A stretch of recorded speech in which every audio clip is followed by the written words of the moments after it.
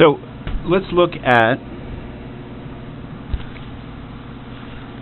the. Sorry, I'm recording in a different way here. Let's look at the fourth observation that Moore makes about those 7 assertions that he makes in the beginning of the essay, and I think that this is where things really open up to a very great extent.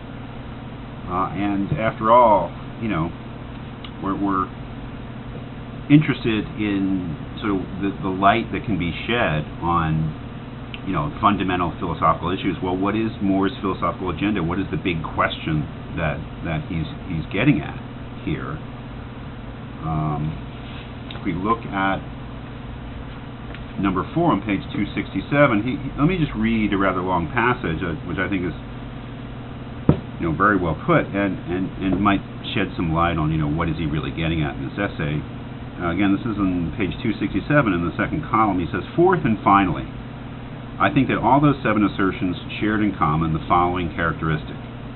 Consider the class of all propositions which resemble them in the second respect I mentioned, namely, that they imply the existence of something external to the mind of the person who makes them.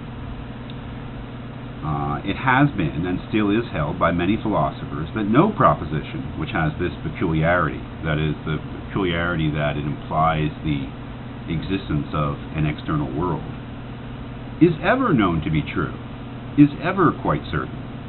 And what I think is true of those 7 propositions with which I began this lecture is this, namely, that if I did not know them to be true when I made them, then those philosophers are right. That is, if I didn't know those 7 things that I asserted in the beginning of my lecture, then the philosophers who say that we can't know anything about the external world, we can't make any such claims about the external world, then they're right. So those 7 are what he, you know, calls the test cases. That is to say, if those propositions were not certain, then nothing of the kind is ever certain. If they were not certain, then no proposition which implies the existence of anything external to the mind of the person who makes it is ever certain. Take any one of the 7 you like.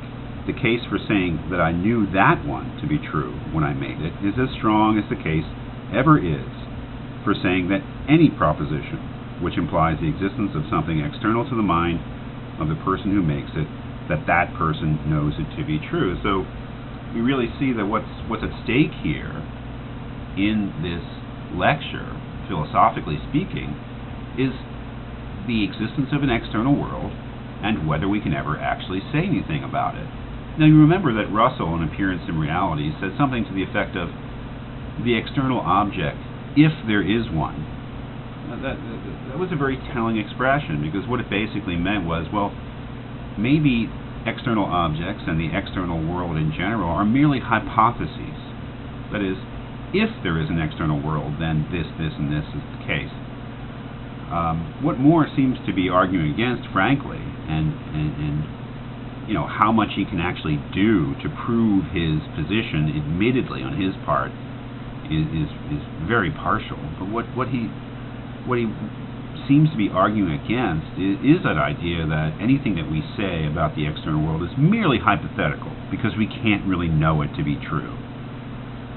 So these first 7 propositions with which he began are what he calls the test cases. Again, he says on page 268, in other words, those 7 propositions of mine seem to be as good test cases as could have been chosen, as good as, but also no better than thousands of others. That is, they were merely, you know, things that came to mind, but there's thousands of other things that he could have said of the same kind. For deciding between what seems to me to be the only real alternatives, and the real alternatives are really metaphysical alternatives about reality, right? Namely, the alternative that none of us ever knows for certain of the existence of anything external to his own mind, on the one hand, and the alternative that all of us, millions of us, constantly do. And it was because they seemed to me to be as good test cases as could be chosen for deciding this that I chose them. And then finally he asked the question, but can we decide between these two alternatives? As the alternative on the one hand, that we can never say for sure that we know anything of the external world, or that we do, that we can and we constantly do. This is the real question, I think, that this lecture uncovers for us in a certain way. And again, can Moore really establish, can he prove that there is an external world and that we can know it with certainty? Or same thing, that we can actually know it, implying that we can be certain about it? That's a very large thing to try to establish, and we can't ask too much of Moore. And his strategy for trying to establish his position, again, is really not so much to try to prove it, but to look at the arguments against his position and try to show the flaws in them.